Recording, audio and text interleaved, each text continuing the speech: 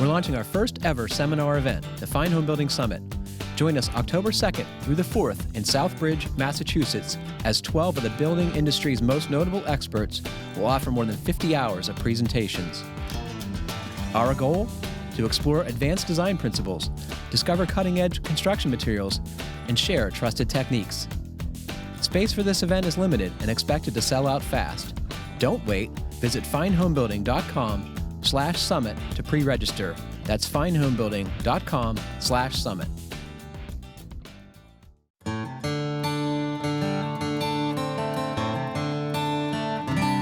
I never use duct tape on anything because it's terrible. Foil tape works better, but it tends to lift up from any surface that isn't really clean. I don't think he's saying duct tape is terrible. I think he's saying duct tape is terrible for air sealing. Yeah. Which, yes. Because duct tape is awesome. I was going to say, nobody thinks duct tape is terrible.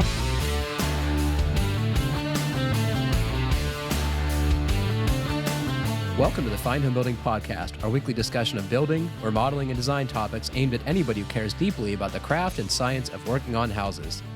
This is Senior Editor Patrick McComb. I'm joined by Deputy Editor Matt Milham. Hello. Kylie Jacques, Design Editor. Hello. And producer Carrie Delahanty. Please email your questions to fhbpodcast@taunton.com. You can find previous podcasts and check out the show notes at finehomebuilding.com/podcast. I got to tell you, I'm feeling renewed. I had a week off, right? I went on a week-long photo shoot.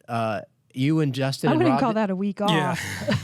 Well, I meant from the podcast. Yeah. Oh, And you guys did the show. How'd he do? Who, Justin? Yeah. He did great. He always does great. it's pretty Did he- seasoned. I think Yeah. he did like 100 episodes in a row before he, bugged out. Right. Well, he's out of practice. Yeah. No, he's still. You want us still to a say pro. you're better? No.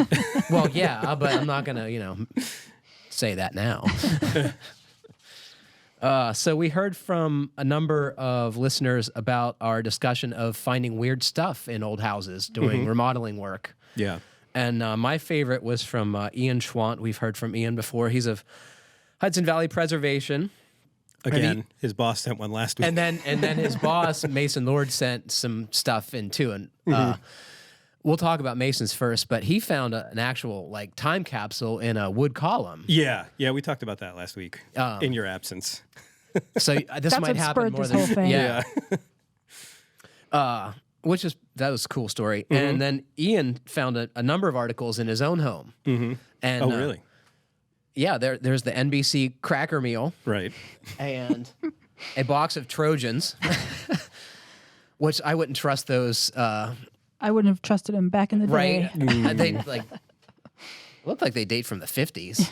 It's terrifying, right? If they're the same age as that bill, then they're from the 40s. Yeah. So, and then there was a water bill from 1941. Did you guys see how much it was for? Yeah. No. What was it? It was cents. It was $1.50. Oh. Yeah. For thousands of gallons of water. Yeah. When people say those were the good old days, that's what they're talking about, I suspect. Yeah, The but Trojans cost more. Probably a lot more. you could probably buy a car for that back then. No. $1.50. A nice used horse. We also have been hearing from folks about our science of beer koozies discussion. And perhaps most, our failed attempt at science. Perhaps most interestingly, we heard from Kevin English from FLIR, the company who makes the infrared cameras, including the one that you were using. Yep. Misusing. So both of these folks said that we were getting inaccurate readings because of this phenomenon of emissivity. Did I say that correctly? Sounds Did right. I say that So, right? Yeah. Because the cans were somewhat reflective. If we would have had a matte black can or something that wasn't reflective, it would have probably been more accurate. But there's an easy fix, and you put a piece of black electrical tape on it, and that solves the problem. And you had gotten sort of matte cans to try to You're right. kick that down Yeah. as much as possible. We knew that was going to be a problem. We didn't anticipate how The much of a extent of problem it, it would right. continue to be with the sort of matte paint on those cans. Yes, I thought that paint would have been fine, but it apparently wasn't. So it was also picking up, it was reflecting heat that it was picking up from your arm Matt's is what probably the hottest person among us, too. Yeah, but I mean, it kind of concerned me a little bit because I think the highest reading we got was like in the low 70s. So do I need to go to the hospital? You're awfully red most of the time. Yeah, that's true. Pink. That is my natural color. And I wanted to point out that Jeff, it's unfortunate he's not here. I don't know if he'll hear this, but when I suggested it was perhaps the light from our studio lights was affecting the reading, and that was in fact the case, that there is actually some heat that comes off of those, and it could have been picking that up too. So it wasn't as ridiculous as Jeff would Made indicate. you feel, yeah. Jeff. And then, so this comes from Dennis. In podcast 196, he spoke of the Pacific Northwest and mentioned Oregon, horribly mispronouncing the last syllable like the word gone. True Oregonians, should I say Oregonians? Yes. Oregonians are now annoyed with you. The last syllable was pronounced like the word gun. If you say Oregon or Oregon, you should be safe from the wrath of the natives. Well, it's good to know that. So I knew that, but I didn't want to make you feel bad in front of everyone. Are you the one who said it? I think I Oregon? said it. It was him. And I actually was questioning myself if I was saying it right at the time. You're not the only one that does that. It's pretty common. I attribute my mispronunciation of many things to my Western Pennsylvania upbringing, where we have a different way of speaking in many cases. Yeah. So, you've been busy with an ongoing project, right, Kylie? Well, not really. I do this thing regularly where I try to make my bathroom more habitable. So that includes a lot of caulking and touching up of paint and scrubbing a mold. And it's all very depressing. And it was particularly depressing this last weekend because I'm wrapping up that story on 3 designers' approaches to my crummy bath. Can you refresh our memory? So we asked these people to take your space and your budget, I presume, or maybe not. Yeah, budget was a little loose. I'm guessing they were all more economical than you would have planned. You were going to I'm not spend going like to be able to 6 afford figures. any of them, but nonetheless, they were all inspired. They all took a different approach and did, had different criteria to work with. So I couldn't stop thinking about what my bathroom could be. And this is the mood board from the design that speaks most to me, and things. I'll probably draw some ideas from her. Can you tell the folks who are listening what is a mood board and what are some of the things that are on this? Sure. We asked her to come up with some products that would give us a sense of where she was going to create sort of the vibe in the place. And so we had asked her if she would get a kind of a rustic feel going. So she spec'd a lot of salvaged things, like the clawfoot tub is something that could be salvaged, used as is that. It's a chest, but it would be used as a vanity. The door for the barn sliding, she had this great idea of tucking the toilet into what is now the laundry closet, stacking the laundry unit, and being able to slide a barn door or a pocket door or whatever to hide one or the other. So you either create a little water closet for the toilet, or you slide it open to access your laundry closet. Cool. Yeah, so it's a great little idea. I liked her design a lot. So, can you tell me, is this reflective of the color palette too, or just it is. stuff that goes in there? She's located in San Francisco, so she went a little jazzier than I probably will. I like the primary I'm pretty colors. buttoned up. I like the super primary colors she's picked out. I'm not sure that I would go there, but I do like it too for, fun's sake. What do you think about the clawfoot tub with the shower curtain above it? I wouldn't use the shower curtain, but I'm all about the clawfoot tub. How do you use one without the other? Yeah. You don't take a shower, you take baths. Handheld shower. And you sit in the dirty water and stuff? Oh, no. I've got it down to fine science, gentlemen. I had a clawfoot tub, and I had the curtain around it, and I hated that. Yeah, I hate that like, too. when the It's always shower's going, touching it you. sucks in. I hate it. Yeah. That's why I wouldn't have it. And if you don't have a glass and shower enclosure or a tub with a curtain, your bathroom feels so much bigger. Mm-hmm. I believe that. Yeah. You could just I've done open it the curtain before. now. Push it back. You've had No, I don't like the look of it. Yeah. Yeah, I've had clawfoot tubs in the past that I really enjoyed. So. I think that's... Yeah, I like the fact that she chose fire clay tile for the floor. I think that's kind of different And I like that idea. She specifically chose it because she knew that this bathroom's located in New England and that it was like a New England kind of nod. Because that's where the brick, It's like a brick shape. I gotcha. Yeah, brick. You know. So anything that's amiss here? No, No? it's just I want it all and I can't have it. I'm pretty sure you could find that ladder pretty I cheap. could probably get the like, why bother? I've got bigger fish to fry. And you have been working on your gazebo. Mm-hmm. And it's well, as folks that listen to the show for any amount of time know it's got a complicated roof. Yeah. I mean, the project has kind of been like an ongoing lesson in why you shouldn't build irregular polygons.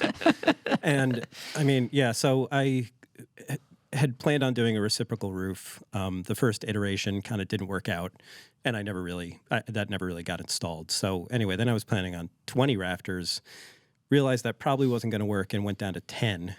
So And 20 wouldn't work because it physically wouldn't fit. Is that correct? Well, the way it seemed to be, the way I kind of like mocked it up on the ground to begin with, and it seemed like the pitch for it was going to be too high. And I haven't read anything that says the number of rafters affects the pitch of the roof, but it certainly seemed to when I was laying it out on the ground. So I tried 10. That seemed to be a more reasonable pitch. What was the pitch with the 20? 12-12 Okay. is what I ended up with, and which is just too crazy. I mean, it was on a building that's only about 6 feet 7 tall It's to too begin big. with. Yeah. That Tall it just roof. looked absurd. Right. Yeah. The roof was as tall as the rest of the building. Yeah. It just looked crazy. Top heavy. Yeah. So anyway, yeah, because it's an irregular polygon, already the joists don't like where they hit the corners, they don't bisect that angle ever. So The rafters or the joists? the joists, and neither do the rafters. Dig it. Partly because of the reciprocal nature of the roof. Nothing is going to like an actual center. Right. So it's kind of a chord on a circle. Right, exactly. So when you're like cutting for the sheathing, for the skip sheathing, like none of the, the angles are different. And then you end up with, the pieces look like they don't line up because the cut on one end, on Is one side wider it's than the exactly other. longer than the other one. That sounds maddening. Why are you doing it that way? This is what I asked originally. Yeah. Why? Leave it to Matt, right? You make everything so I love complicated. it. I mean, I it's, love that yeah, it's got awesome. rope on the Yeah, top. it's That is cool. super It's cool. Yeah, it so- almost looks like a sweat lodge. It does. Yeah, it kind of does. Hopefully it'll look a little less wonky when it's done because Yeah, it will. It looked pretty good before I started to put the roof on Yeah. it. And the roof is kind of Changed the starting to whole make it character. look really Yeah. terrible. You're putting shingles on this, right? Yeah. Yeah, so it's gonna that's have going to What kind of unitize shingles? it. Cedar. Cedar, yeah. Yeah. So hopefully it'll look much better. And once that top gets capped, because the tops of the rafters still need to get cut. I wanted to have everything in place before I trimmed that. okay. Sure. Yeah. I didn't know that. It's not like cutting a regular roof where you're cutting stuff on the ground and then putting it up and it's meeting at like a perfect point. This is much more in the air. Swiss Family Robinson, go up Right. there with rope and try to make something happen. When I was looking at it this morning, It's awesome, It Matt. reminded No me question. of Sam Malouf's house. And for those of you who don't know, Sam Malouf is a famous woodworker, kind of pioneered a California aesthetic of like nature is more important than Yeah. anything. Very famous for the Malouf chair. The Malouf chair, which is hand-shaped largely. Oh, It has a handmade feel. I would totally describe it. Well, that is very awesome. I've been busy too. So I told you guys I went on my week-long photo shoot, and there in Annapolis, Maryland, I was photographing a gentleman who's converting an ugly hip roof into a more traditional-looking gable roof, and that was sure fun. It was one of my first times wearing fall arrest equipment. I figured if we were telling our people in the photographs to be wearing it, I should be too. So that was interesting. I also understand why people don't wear that stuff because it does get to be hot, and sometimes it's just really a pain to be stepping over ropes and pulling it through things, and that took some getting used to. And then when I came home, I got home at Saturday about 8 o'clock in the morning after driving from Annapolis, leaving at about 4:30.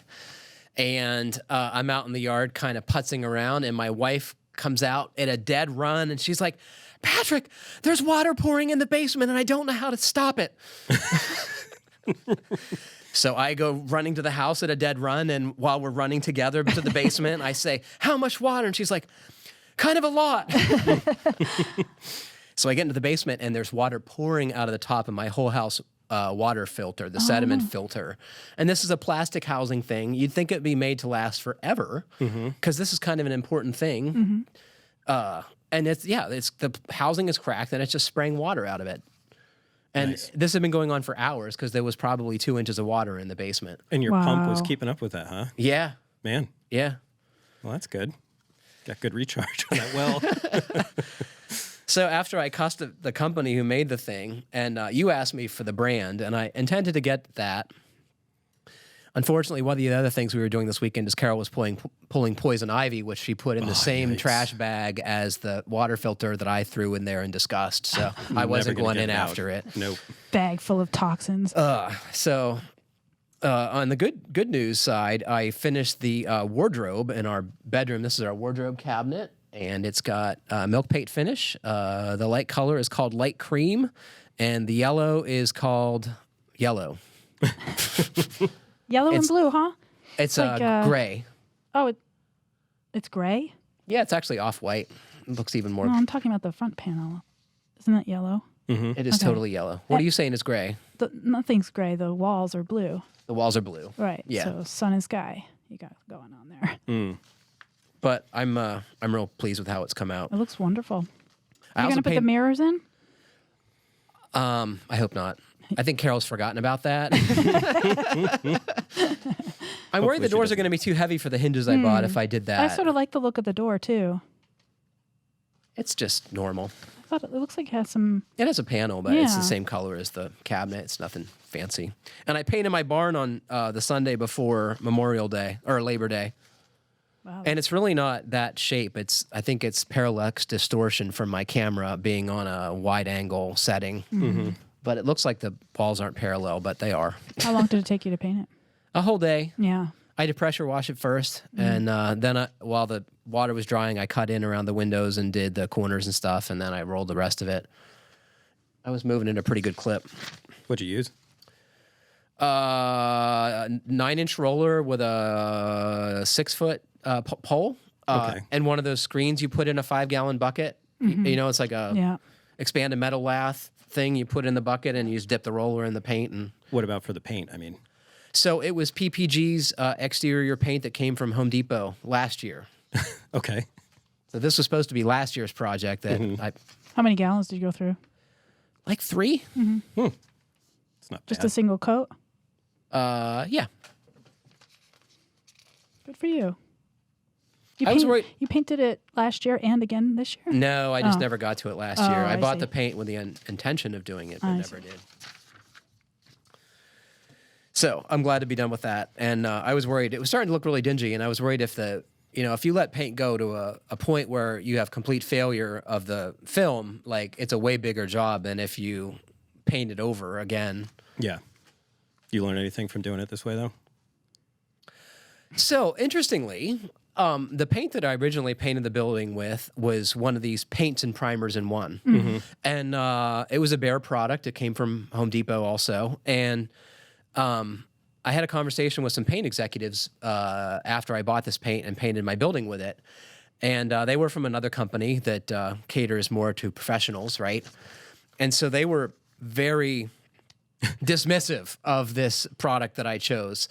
And I got to say, there was absolutely nothing wrong with it. The reason I selected it was because that it allowed me to paint in much colder temperatures than some of the other products. I think it was down to 45 degrees or something like that. And when I was painting this, it was in the late fall, so I really needed that cushion of temperature. And What was their beef with it? I think they were just being jerks. I don't know what their problem was, but they said, oh, good luck with that paint. Was pretty much the gist of their description of it or discussion of it. We heard from... Let's take a question. Do it. This is from Connor. Hey, guys, love the podcast. Have listened to all the episodes on my commute. Good stuff.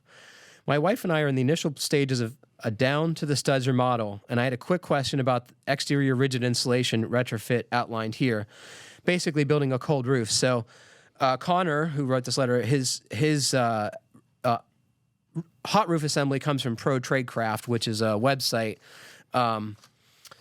that our former colleague, Dan Morrison, does a lot of work for. And this is part of Professional Remodelers magazine/media targeted toward professional builders and remodelers. Why didn't he write to their podcast?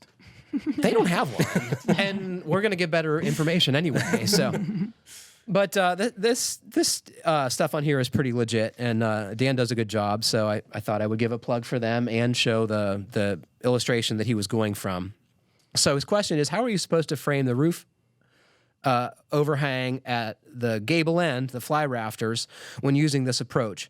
My assumption is that you cut them off at the same time you cut off the rafter tails to insulate and air seal the building envelope.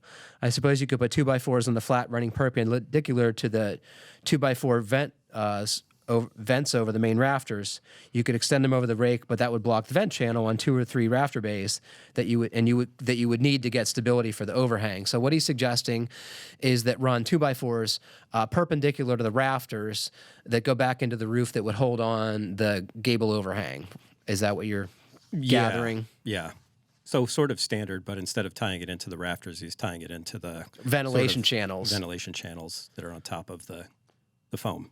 Do you have a suggestion to him? I do. I've got a couple, I think. So I don't know if they're good solutions, but a couple things. One, you could build sort of like a ladder type overhang, and after you put your foam on, you could just attach that with very long screws. Is there any risk of the foam compressing in that ladder overhang sagging? There could be, and it kind of depends on how much foam. How much foam. 2, sort of like how big those framing members are. I don't think there's much risk of compressing that foam because you're going to have the screws probably every 12 inches on center or so going up the rakes. And I don't think you're going to, unless you really overdrive them, I don't think you're going to compress that. But the other option I thought of was like using like a main deck bracket and then just installing your foam so it's kind of like around those. These are, basically it's like an H. Oh, that's a good idea. That's an interesting idea. Do you know what he's talking about? No. So a main deck bracket is typically used for attaching deck ledgers. And what it allows the builder to do is space the ledger off the building so you could have drainage for end debris to get through. And it's like this eye-shaped aluminum bracket, right? Okay. Right. And one side of it goes on the building and the other side would go on the back of the rafter. Right. The fly rafter. Right. So you could attach those along your rake and then put your foam in, and it basically could just go tight around that over the leg that sticks out from the house, and then you could stick your, attach your overhang on the front end of that. I thought of the ladders like you did, and I thought if you had a real ladder with a 2x6 or a 2x8 in the back and one in the front, the compression would be less because that pressure would be spread out over the whole thing, right? Instead of little pieces of wood that would be the perpendicular to the fly rafter. So I think that would work fine. My other thought was like, why do you need a gable overhang, right? Just run the foam up to the roof sheathing, maybe bring the sheathing out beyond the siding. And if you wanted to, you could put a 2x6 or a 2x8 up there and then just finish that off. Or like, why do you need a big overhang on the gable end is my question. Because they look nice. I was going to say he probably likes the look of it. Yeah. I don't have overhangs on the gable ends of my house, and it looks so weird. I agree. It looks normal, though, on some architectural styles. It depends on, like, capes traditionally don't have gable end overhangs, right? But they don't really have eave overhangs typically either. So that's where it starts to look weird, is when you have like one and not the other. Yeah, deep eave overhang, as I do.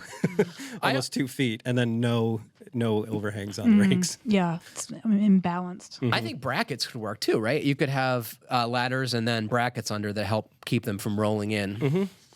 And that's a great look on a bungalow style architecture, right? Which is like traditionally has the brackets to help hold up the what are ordinarily very large overhangs on that style house.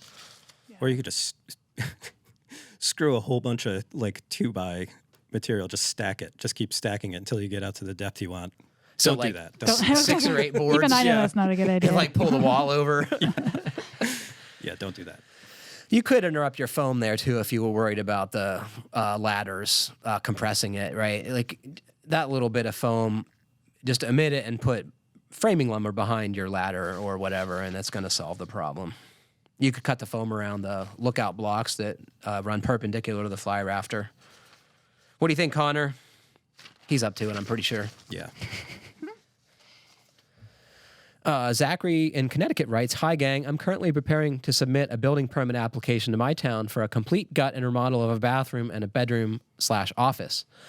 While filling out the permit, I noticed that the building official asked for a statement on which code the redesign will adhere to, the International Residential Code or the residential portion of the International Existing Building Code, both as defined by the 2018 Connecticut State Building Code. Could you guys and gal shed some light on the differences between the two and any particulars I should look out for in selecting a code for my specific application of a bathroom and bedroom? Attached is the form where the statement is requested."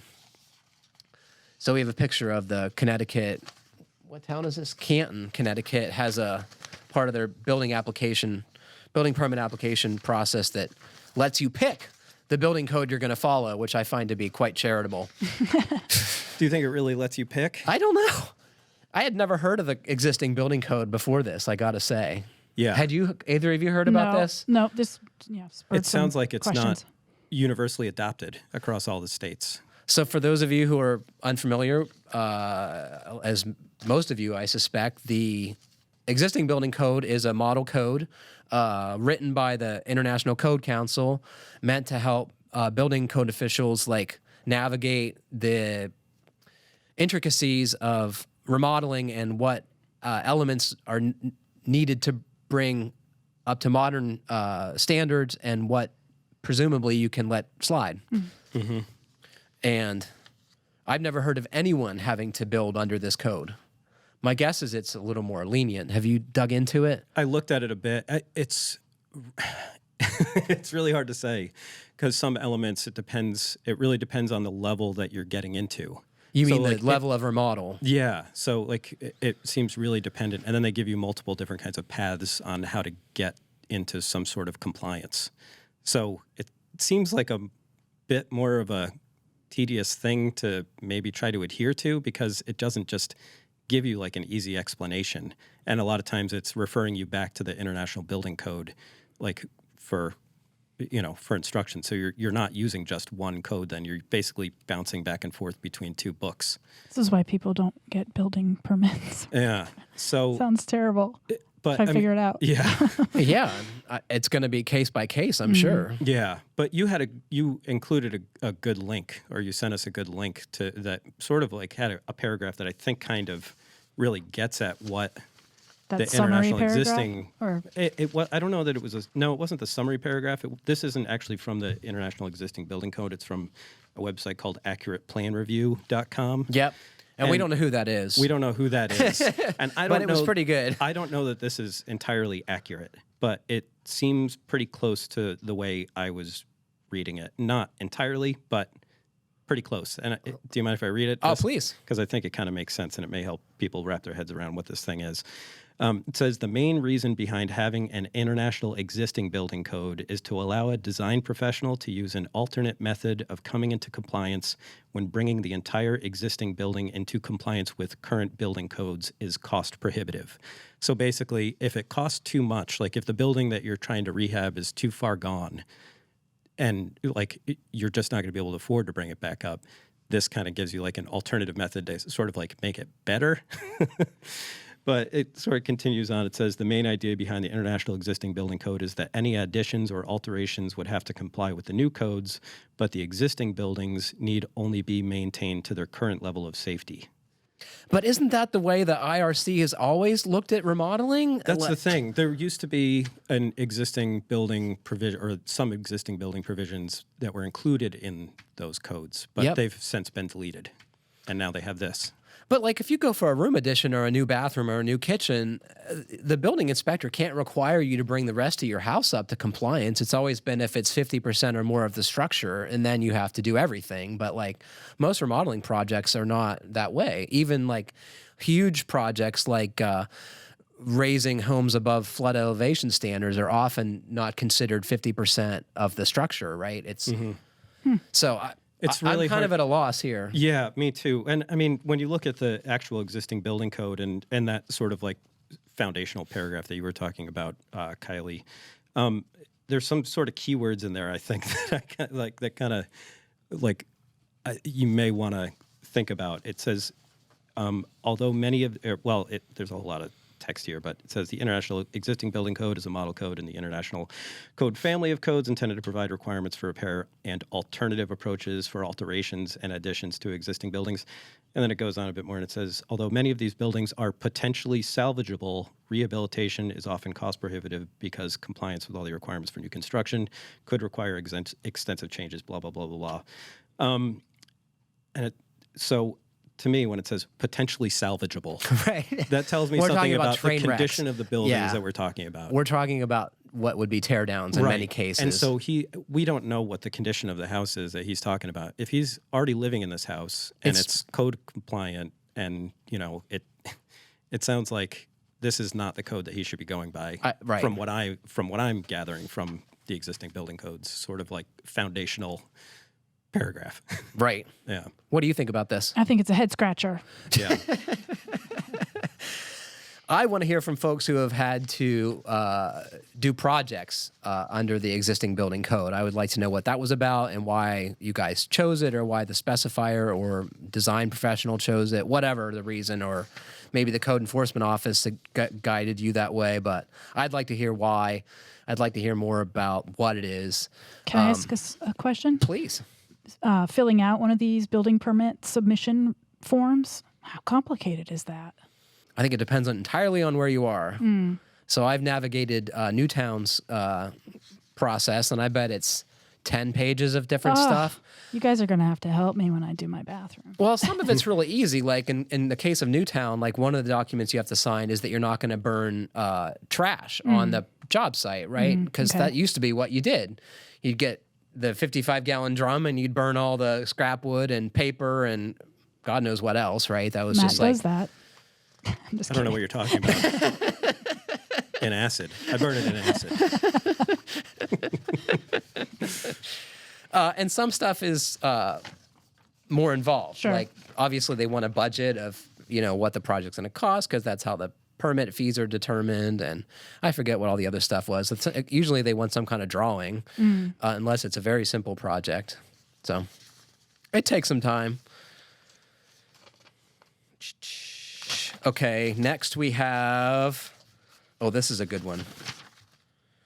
Hey, everyone. I have an upcoming project of making a one-car attached garage part of the house. There is little to no insulation in the garage walls, and I'll be tearing out the old drywall and sealing/insulating the wall cavities. I never use duct tape on anything because it's terrible. Foil tape works better, but tends to lift up from any surface that isn't really clean. I don't think he's saying duct tape is terrible. I think he's saying duct tape is terrible for air sealing. Yeah. Of course. Which, yes. Because duct tape is awesome. I was going to say, nobody thinks duct tape is terrible on the whole. Right.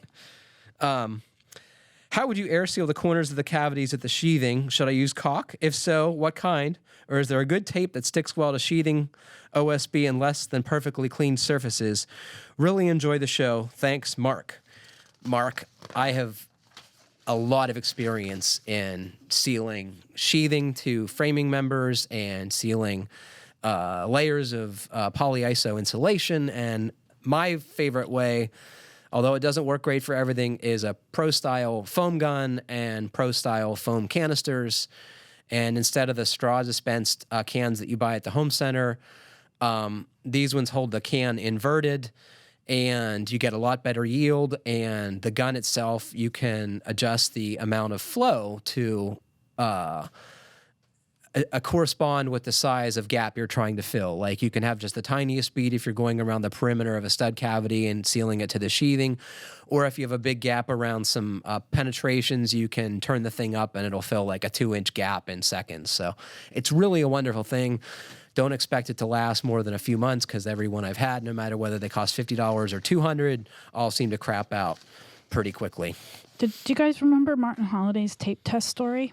Yes, and I put that in our links. Okay, then I don't have to go ahead and... Go ahead, though, because that's important. Well, I mean, he just seemed really clear on the OSB,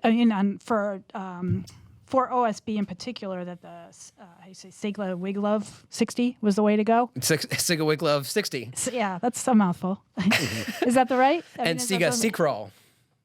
Well, Yeah. well, yeah. Yeah. Right. What do you think of that product?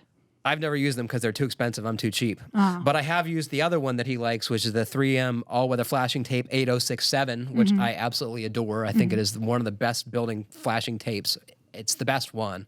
Might be one of the best building products ever. Do you have to use primer with that? No, it sticks like a lot. Yeah, that was my Gangbusters. question. Like, how dirty is this stuff? Right. That's Yeah. Because these are on new houses that the videos Yes. are happening. yeah, That I watched. and there are some products like you can use caulk. I don't see why you couldn't use I caulk. knew you were going to say. No, Yeah. I mean, because he's He's asking right. about Mr. using caulk. Caulk. I mean, like, you could go around that if you didn't care about ever getting the sheathing off again. You could go around there with PL glue because that stuff will stick like crazy. But I don't see why he couldn't use acrylic caulk in there if he wanted to either. And I mean, you could just use basically like a regular paint primer on those dirty things, And it would stick better. and it would stick better. Yeah. Yeah. Certainly cleaning it, like dusting it off and vacuuming it would help anything stick, I would say. Yeah, I would do that first. Yeah. I mean, Mark should bear in mind that Matt uses caulk for everything. I don't use that much caulk. I just kidding. I did use a lot on that shed, though. That's when I realized. that's where I learned. got- yeah, that's where I right. learned that I really hated caulk. By all accounts, urethane-based adhesives are more durable and stick better than other things. And some people say to use silicone, but I don't know if silicone's the right thing for that. But urethane is good. Yeah. It's going to be $6 or $7 a tube versus $2 or $3 for normal latex, acrylic latex caulk. So Yeah. it is going to be a premium, but it's going to work a lot better. And the tape is a good idea. In Martin Holliday's backyard tape test and Martin Holliday's return to the backyard tape test. That was fun. Both of these links we'll put on the podcast page. I think this is some of the best journalism I've ever seen in our industry. Right? I enjoyed that. It's not scientific, but I mean, it's a better test than any of us could do, and no one has. So, It's smart. Yeah, it's very smart. The only thing that I don't like about the tape is using it in these corners because it's going to be extremely tedious. I wondered to about fit that. all Yeah. of those bays. Yeah. Folding the So tape. you could do a trying to- combination, right? Yeah, because you could do a combination. I mean, it might be easier to do on the straights. Right. You're going to have a heck of a time trying to get it around corners, Right. like at the bottoms and tops of those bays. But Is that- So I want to say that the 3M tape has a split release paper, and that might not be the case on the narrower tape, but if you had like 3 or 4 inch tape and it had split release paper, that would work really well on the corners, or at least it would make it easier to Yeah. position it, right? Because Yeah. then you only have to do one side at a time. I still think the fastest you could go with the tape is probably less than half the speed that you could go with any kind of Sealant. gunnable solution. Yeah. Yeah. I would say that a gunnable solution, as Matt puts it, is ideal for inside corners. Tape really works well on like stack ups of framing lumber. If you have 2 or 3 2x4s, surprisingly, that's a pretty good air leakage path. And tape works good on the face of that. And you only need to do one side, of course. When you put that tape on, do you have to roll it after the fact, like with a what do they call J roller or something? Or do you just hand pat it down? So it depends on the product. I know that the Sega products, they have a like plastic spreader that you're supposed to run That's over what them. I'm thinking of. Yeah. I'm not sure that the 3M product requires that, but it certainly wouldn't hurt to make it push the adhesive tighter to the material. I watched Matt Rising. I never say his name Risinger. right. Yes, thank you. Do a demo, and it seemed. I thought, wow, that must take forever. What was he doing? First, he primed it. Yep. What was he using? The Sega Dock Skin primer, and then I love the names of this stuff. I know. And then he put the wig glove on, and then he used that J roller to adhere it. And I thought he just did this little demo, and then he showed the house he was working on. I thought, man, that's going to take forever. It's like 3 applications, really.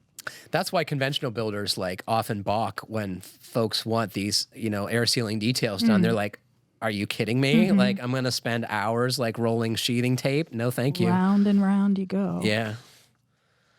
Have you ever air sealed like this No. stuff? It's very satisfying, I I bet. gotta say. Yeah. Have you? No. No, it's good. The one good. thing I did was close off my chimney so that I could improve my blower And you door use spray square. foam for that, right? No, I used just not Gravity. even cut and cobble. Originally, all I did was take a piece of rigid foam and jam it up the floor. Press fit it. Yeah, press fit it. Just kind of like scribed it to the sides of I the think that's a great solution. thing. Oh, Looked here's okay. a photo of me. So Oh, that's when you? I say I have a lot of experience air sealing, so these were offcuts from my delivery of salvaged foam for my barn. And rather than throw them away or move them in one more time, like they had moved 6 or 7 times, I just decided to put them up on the wall. And you can see there's almost as much sealing between the pieces as there are pieces. Good for you. Way to economize. And you can see I'm wearing my bib overhauls, which I have still. Why'd you Start insulate wearing those that to the interior office. wall? That's what I want to know. Or is that because that's your little... So that's a good question. So Yeah. this is the separation between the lean-to and the rest of the barn. The wood stove is on the other side, so that's conditioned space. Okay. My lean-to where my shop is only conditioned when I'm conditioning it with Okay. a space heater or what have you. Okay. So it is a inside versus outside consideration. Okay. I've been in that space. It's nice. I want your barn. You're welcome to come by anytime. I have a bunch of scrap lumber to burn. Man, it's going to be like 1,000 degrees in there in the wintertime. It's going to be so awesome. We're gonna have a party. We'll drink some Poor Judgment beer. Yes, and wear shorts. I'm going to wear Bermudas. It's going to be like a Bermuda party. Do you think it's Comer or Comer? Comer. Comer. That's my guess, but Comer says, love the show. My wife and I renovated an old house, and back when we had money, we thought it would be a good idea to put on a copper roof. They must have had a lot of money. right? Fast forward about 18 years, and now we have less money and can't afford to have professionally installed gutters. The quotes were north of $20,000. The house siding is architectural hardy plank and a pretty solid skin overall. We're now getting some water damage around some poorly built sills, but the house in general is in good shape. I have to find a solution for gutters. I've considered ordering the copper pieces myself from one of the gutter direct sites and put them up. Still expensive, but a lot less. Can you think of other options? I live in Virginia and will have to use snow guards.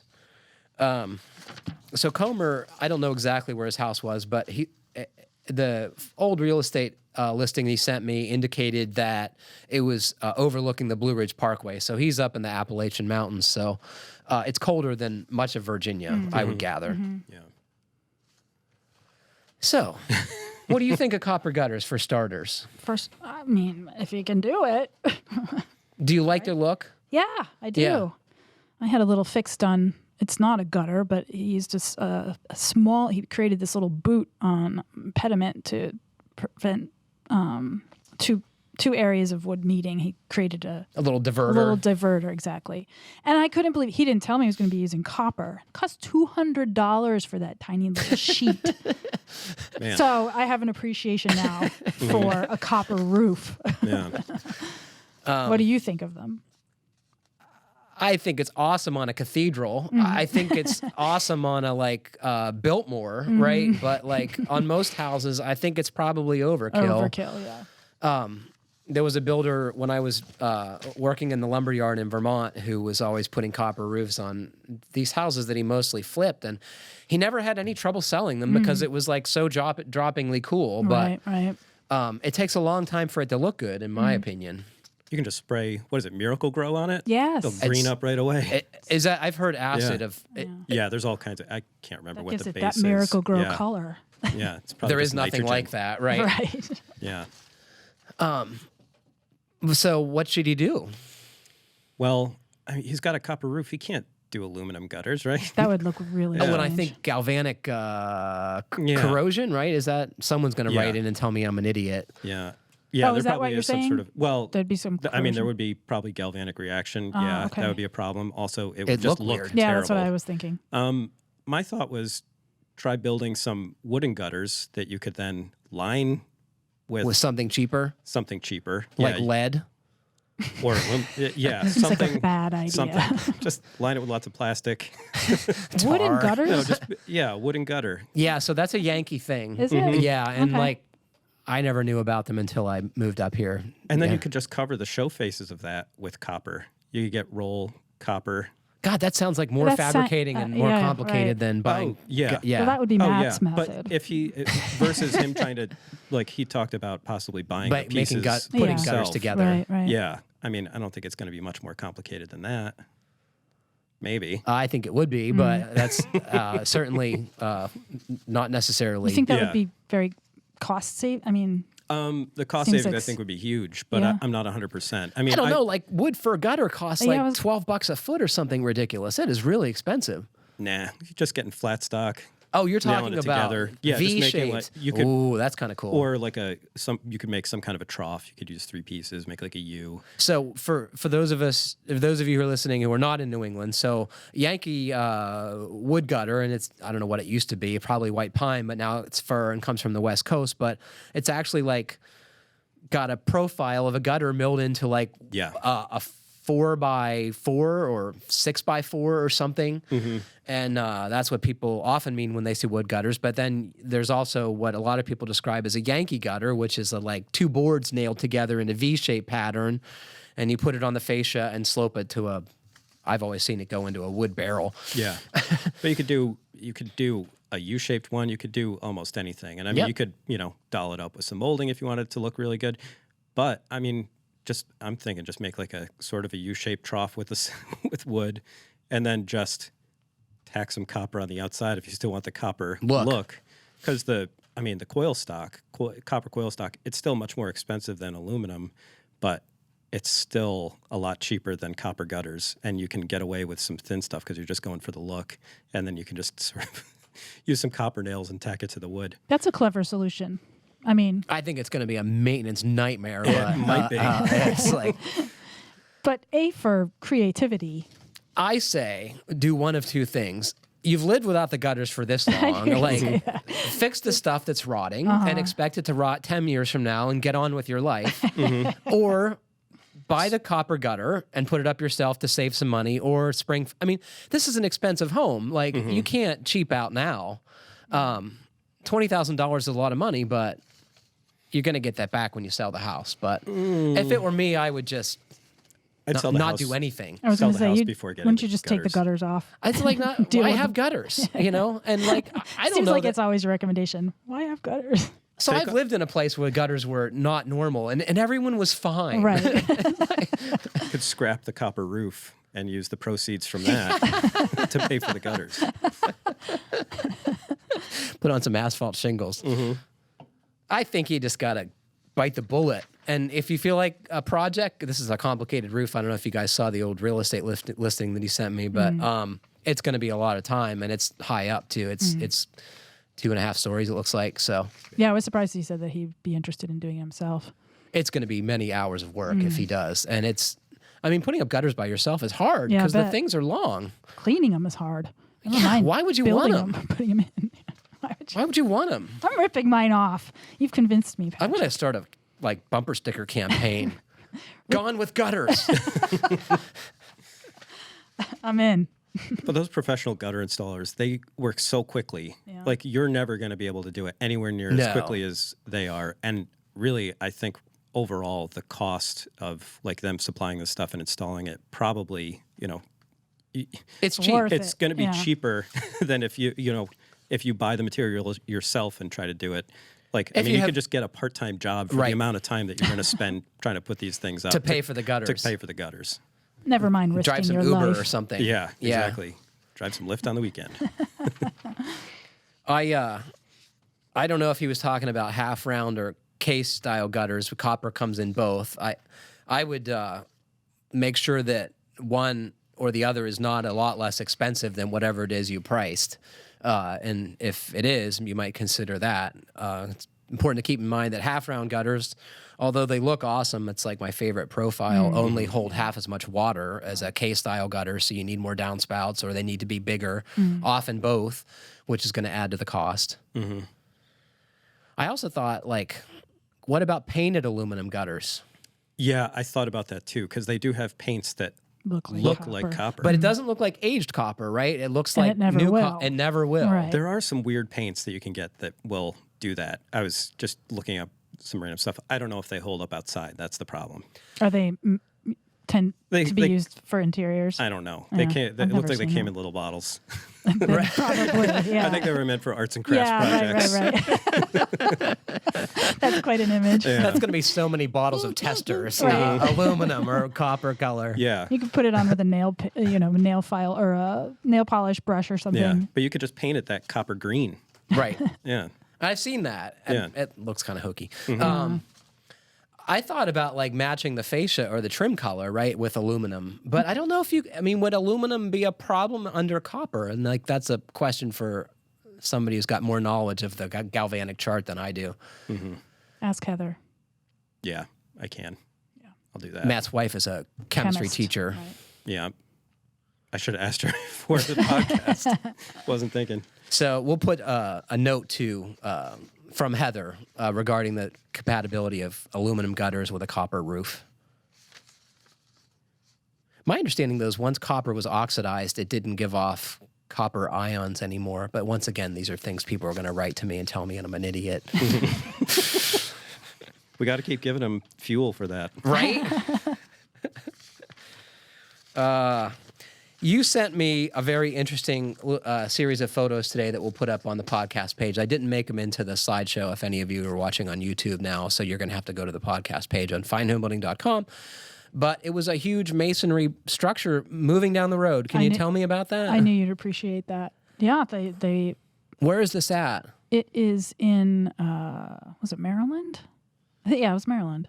And they're moving it from they're driving it. I don't remember the towns, but 56 some odd miles away, they're moving this enormous historic home, brick Colonial style house. I mean, it's like and from it the must have been on a 1800s. trailer with like 100 wheels. Yeah. Did you see these photos? And they're No, doing I it in the dead of night to avoid traffic. Right, because you have to take down like power lines and you have to like close intersections. I mean, what do you and think the square footage of that thing? I mean, it was thousands. enormous. Yeah, it was a house. huge house. Yeah, And they're it's hard gonna- to move brick structures because they're not forgiving right, of there's- shaking or yeah, movement. Yeah. And they're going to float it down the Chesapeake Bay. That was my favorite part. It's a houseboat. It's getting on a barge Just leave it out there. in the night. How do you get a freaking house on a barge is my question. Like, I love it. that's a crazy. thick rope to pull that on there. I want to see the size of the barge. Yeah, no kidding. Yeah, I want to know how they keep that thing from sort of listing as they're bringing the house onto it. Right? Yeah.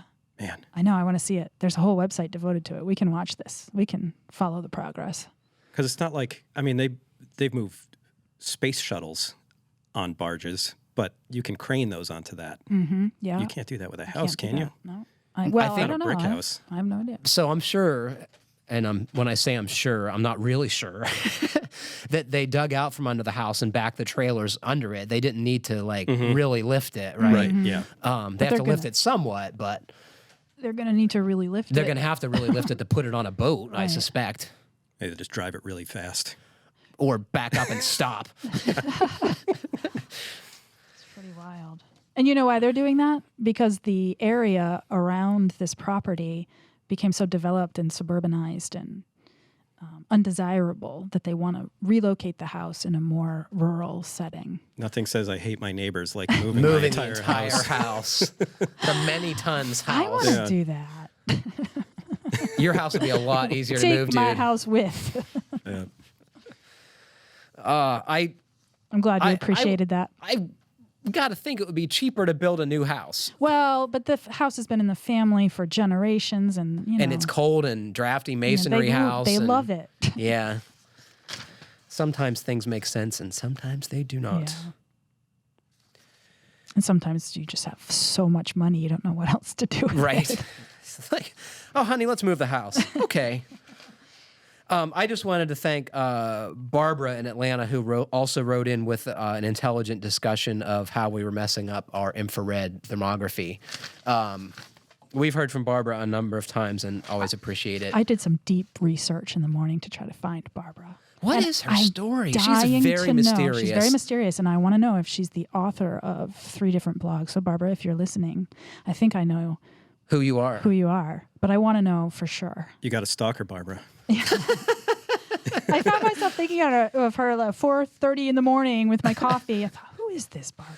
She's really interesting. Like the is. first time we heard from her, she was showing us drafting tables that drywall contractors had made out of steel studs and drywall, and I thought that was pretty cool. Yeah. And we've heard 3 or 4 times since, and she always has something good to say. It's a So wealth of knowledge of Appreciate lots it. of different subjects. she told us that she was our physics go-to, and God knows we need it. Barbara, if you know anything about the galvanic scale, I was going to say she might weigh in some chemistry too. do you guys have anything to add today? Nope. No. What's the project for this weekend? Gonna finish this roof? Gonna keep working on that roof. Do you need to borrow my siding nailer? I may need to. Okay. No, I'm probably You're gonna hand nail all I'm these? gonna hand nail all that. Oh Yep. my God. You're crazy. Why? Because I can. I don't know. Because I'm gonna use little nails, littler nails probably than. So would mine fit takes in it there. down to 1.25 inches, I think. Oh, okay. Well, in that case, maybe I will. You better order them because they don't have them at the lumberyard. Okay. Yeah. How about you? What are you doing? I haven't thought that far ahead. Not a big project like you. I gotta I've put got plans, but they don't involve that. I gotta put a new exhaust system on Carol's car. She's a little embarrassed to come to work with a hot rod CRV. I don't blame her. She had to go to the school last night. The 8th grade Washington, D.C. trip is coming up in the spring, so the informational meeting was last night, and she said she had to wait till there was a break in the mommies coming out before she would leave. So I kind of feel bad. I got to fix it, although I would have liked to watch that whole thing. That's Put on funny. some wraparound sunglasses and act I like was you're. just act this is like on you own the purpose. place. Yeah. Yeah. If anybody knew Carol, you'd I know. appreciate it even more. She's so modest. Well, unfortunately, that is all the time we have for today. And thanks to Matt, Kylie, and Carrie for joining me. And thanks to all of you for listening. Please remember to send us your questions to fhbpodcast@taunton.com.